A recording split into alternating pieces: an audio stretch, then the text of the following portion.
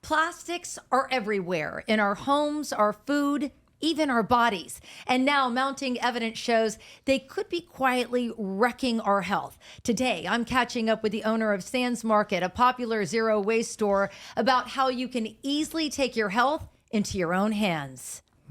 From the Stream Center, welcome to Bloom Health Club, sponsored by Monticello Family and Sedation Dentistry.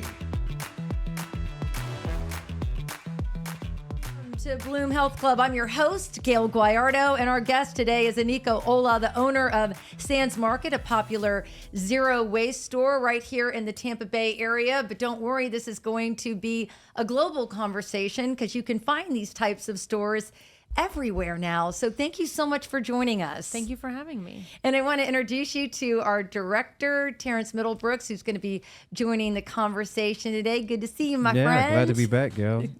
So let's start with the fact that I don't think people really understand what an impact that plastics are having on our health, not just our environment. I think everybody gets that. Yeah. But more and more mounting evidence, like I said, shows that we're getting sick because of microplastics and plastic byproducts. Yeah, I mean, that's exactly what's happening. So we're using all these plastic items and they're leaching chemicals into our food, into our water, into the products we use to clean our homes.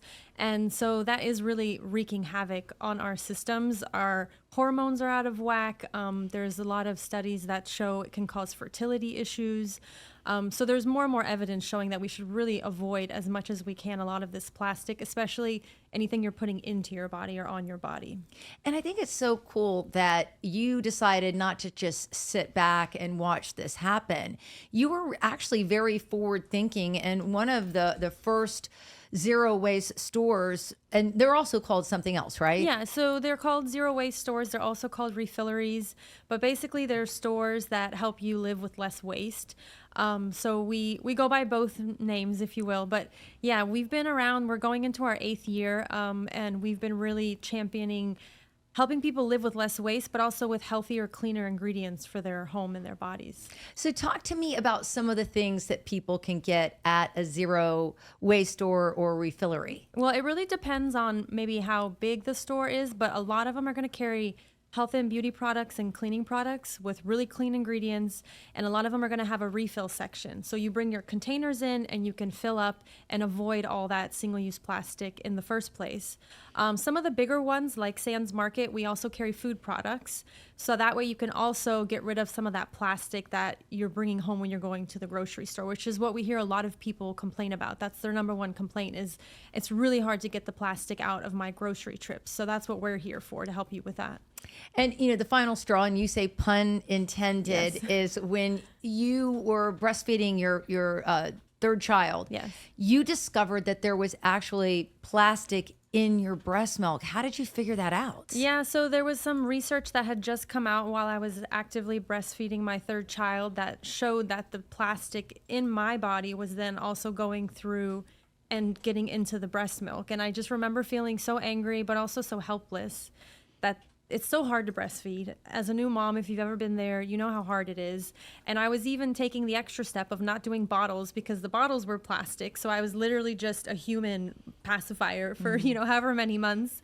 And I thought I was doing the best thing for my child, and then come to find out that even that has some contaminants in it through my breast milk because of the plastic I'm exposed to on a day-to-day basis. And it just made me so angry that I can't protect my own child. So I thought, okay, I have to do something about this. Yeah, and we actually had a top Tampa Bay pediatrician here on Bloom Health Club, and he talked a lot about the link between children and plastic exposure, ADHD, Yeah. autism. I mean, the list goes on and on. But the good news that I actually just found out from him is that if you can start eliminating this from your body, the body is miraculous. It starts to restore itself Yeah. and pushes it out of your system. So, I mean, because we're finding in people's organs, it's everywhere It's inside everywhere. of us. And as you were saying at the top of the show, it's very disruptive to our health. Yeah, that is true. And like you said, they found it everywhere. So when I was doing the research, 8 years ago, it was just starting to come out. But I feel like every year a new article comes out that it's in the placenta, it's in our brains. Then they started showing how much plastic you ingest on a yearly basis, like a credit card worth or more. So anything you can do to minimize that and start to move away from that is a step in the right direction.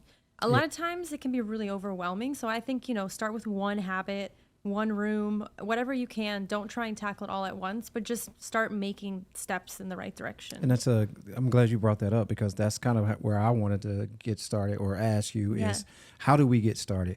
But how do you feel? Do you feel like people are really jumping on board with this, with these type of stores? Definitely the younger generations, I would say, are very aware and starting to really be more actively involved in eliminating that.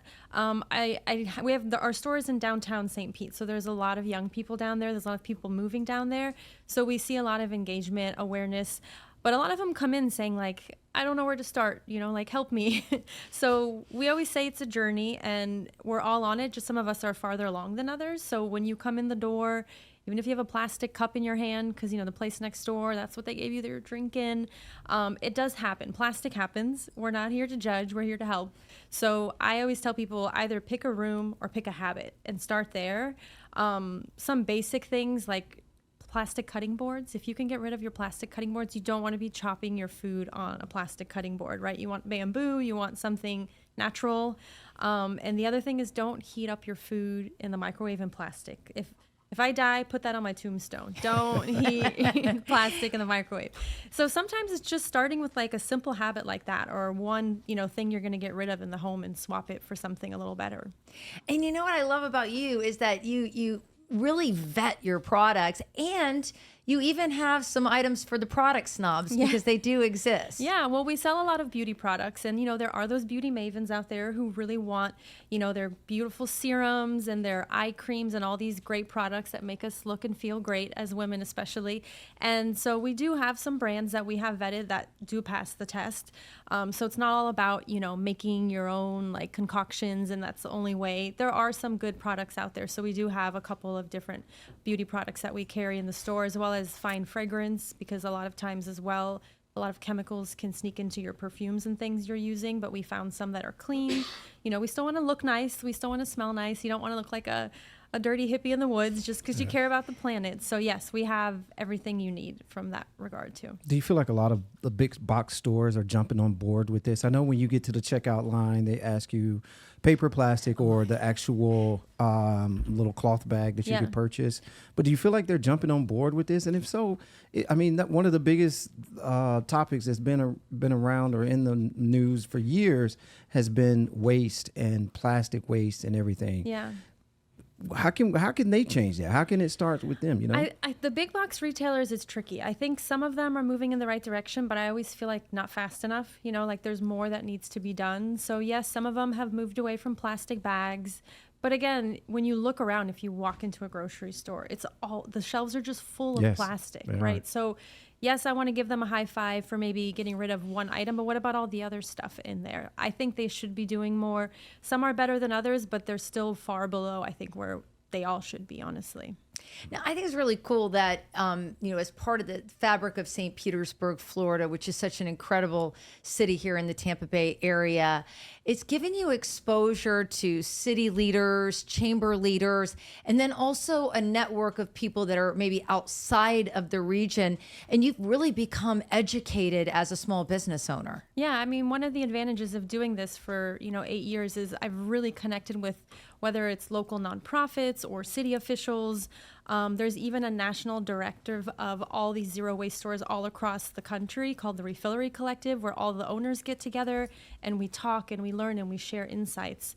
So it really is about, making that bigger impact and that bigger change, and we can't do that alone, so we do it together.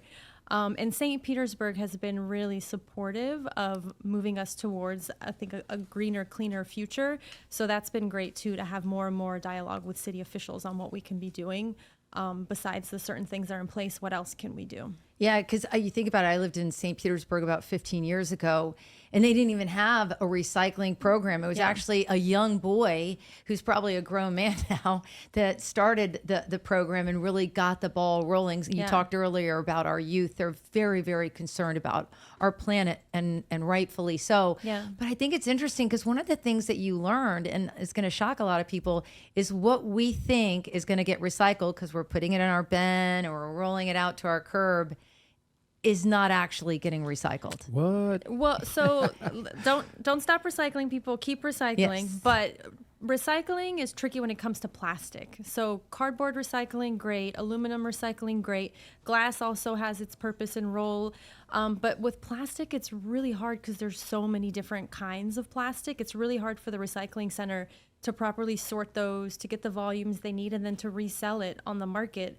A lot of times virgin plastic from manufacturers is cheaper than recycled plastic because it's subsidized. So if you're a manufacturer and you're making some product that has plastic in it, you might just buy the new virgin stuff because it's cheaper. So recycling, when it comes to plastic, it's really complicated.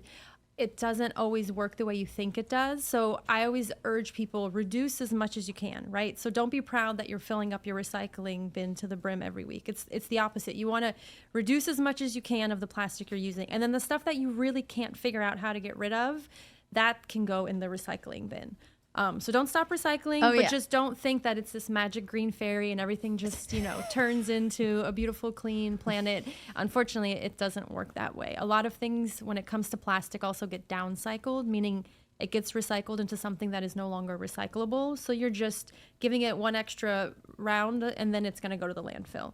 So it is a little bit trickier. And then we talked about all the health reasons why we should be avoiding plastic. So whether it's about the planet or it's about your health, it's pretty clear that we need to stay away from plastic. I feel bad because I'm just finished. He has a downing this plastic water bottle. I can hear the leaching I'm all the way over done. here. Well, I'm and that's throwing this out. So, I mentioned how you shouldn't be plastic when it's exposed to heat is really bad. We talked about the microwaves, but also like the water bottles, right? So maybe you're like, it's room temperature or it's cold because I got it out of a fridge. But on its way to you, when it Not was in on the back a of that truck. or on a pallet in a lot warehouse. somewhere, that thing was Yes. heating up and leaching microplastics and chemicals, and now you're drinking them. So sorry to ruin your day. I'm done. He's like, no more.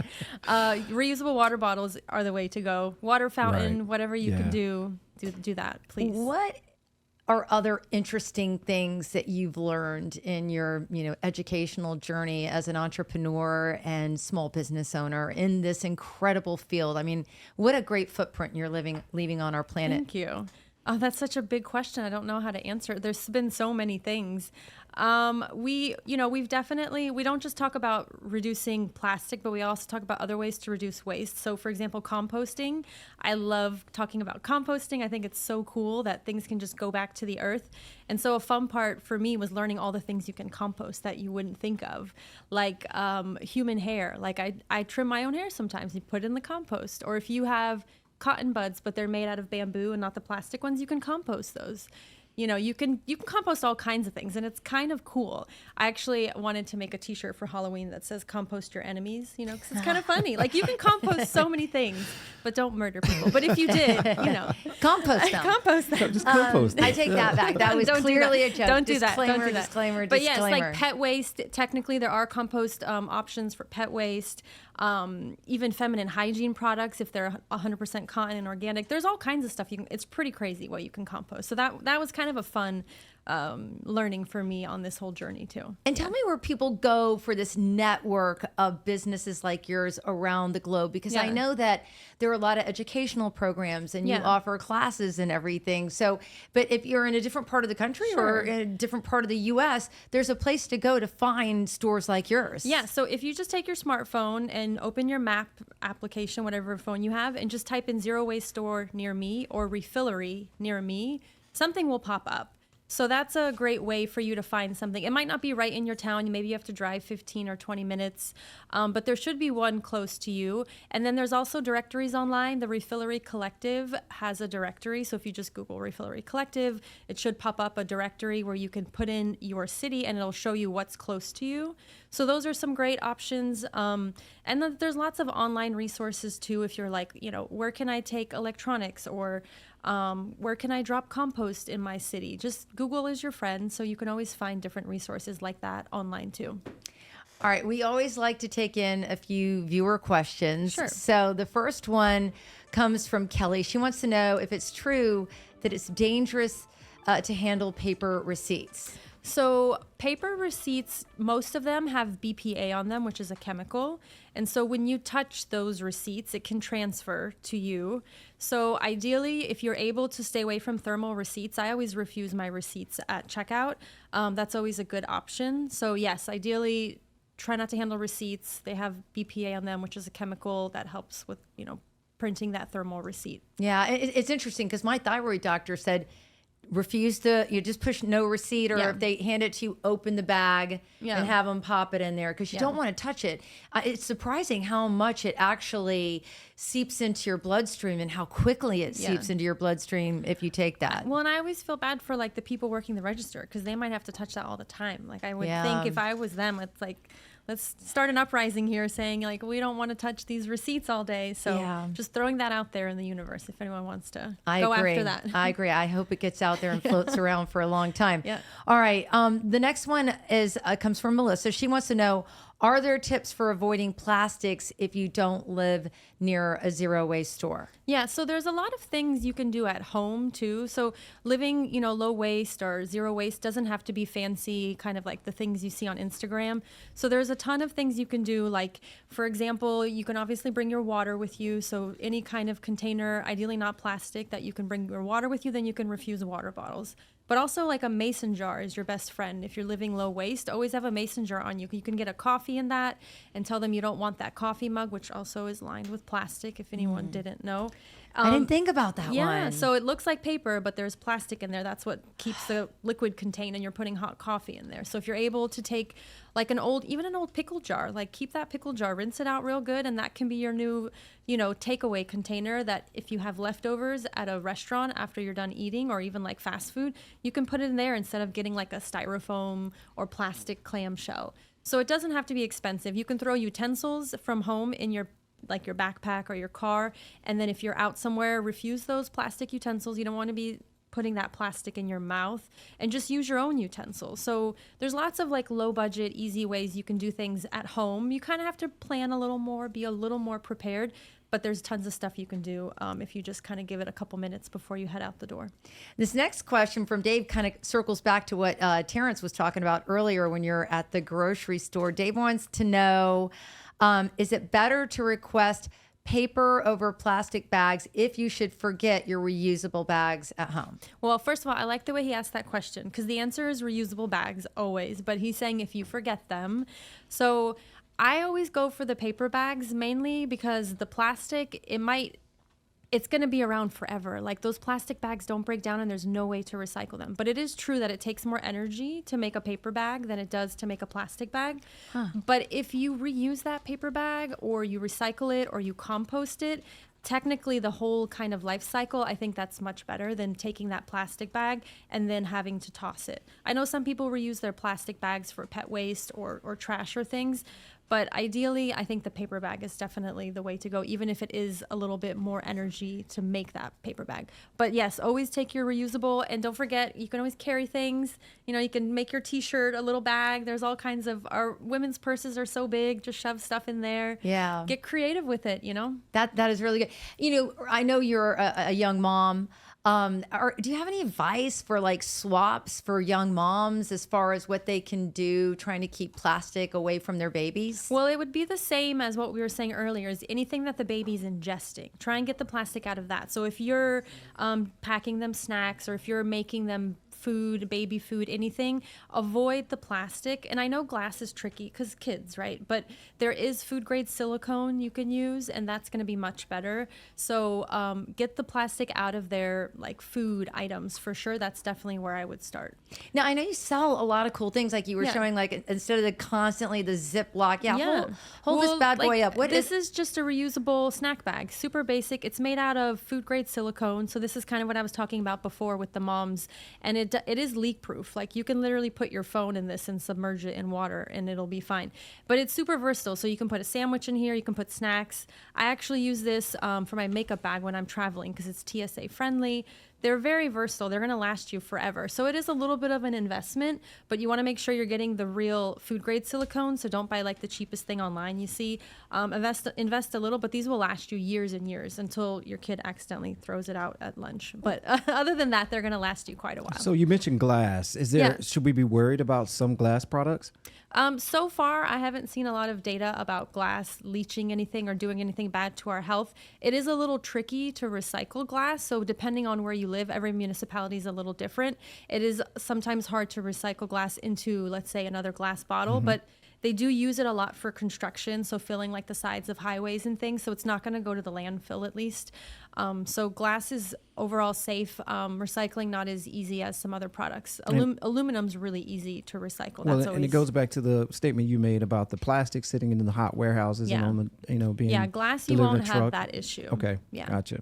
Mm-hmm. All right, show me what's the little round ball situation. I just brought one, but this is a wool ball. So everyone is familiar with dryer sheets, right? You throw those in the dryer. Those are actually made of plastic too. So then you're going to be throwing those out. This is made out of wool, and usually we recommend 2 to 3 at a time, but you can add essential oils to this. It bounces around in your dryer, and it helps decrease the dry time too because it breaks up the wet clothes, and it's not plastic, and at the end of life, you can compost it. Wow. I love that. That is so cool. Peanut butter, you can get that at your store? Yeah, well, we have a refill section. I get really excited about anything refillable. So I brought some peanut butter and some hand soap. So obviously 2 very different things, but just to illustrate food versus cleaning, beauty products. But we have a peanut butter grinder. This is delicious. You've never tasted peanut butter if you haven't tasted freshly ground peanut butter. So you can bring your jars and refill. So we have some pre-filled, but if you bring your own jars, you just fill it, and you can save on the plastic and save a little money too. Could you get your jars in glass containers at your shop as well? We sell. So we try and make it easy. If you're ready to refill, you can either bring your own, you can buy a new one, or we even have some free ones that are like donated, upcycled jars. People always ask if we need more. We don't. A lot of people bring us jars. Thank you guys. But we have free jars. We'll make sure you get what you need when you need it when you're there. And I know that we were talking about how you vet your products. You're really into single ingredient products, both that you can ingest and that you can use on your body, which is so important too when you're talking about our endocrine systems and our hormones and all the things. Yeah, so everything we're vetting, we're looking for like parabens, phthalates, all those nasty things that you don't really want on your body, or you don't want to be inhaling them. So we vet all of the ingredients. Some of them are a little bit more complex, like laundry detergent. You might not know every single ingredient that's listed on there, but we've done the work for you. So when you come to our store, you don't have to read labels, right? We've already done all that for you. All right. How do we find you on social media? Because I know you give a lot of tidbits out there. So we're at sans.market. So it's SANS at sans.market. And we're very active we do something called Topic Tuesday, where we have different topics every week and educate everyone about how to live a healthier, less wasteful lifestyle. We do classes at the store. So we're located in downtown St. Pete. And then we also have a website, www.sans.market, where you can order things online or just learn more about us too. All right. Thank you so much. Thank you guys. Again, we want to thank our sponsor, Monticello Family and Sedation Dentistry, for believing in us to get this health news out there to you. And don't forget, you can always watch our streaming show, Bloom Health Club, on Apple TV and Fire TV, Roku, Samsung TV, WFLA.com, and YouTube, Spotify, and Apple Podcasts. See you next week on Bloom Health Club.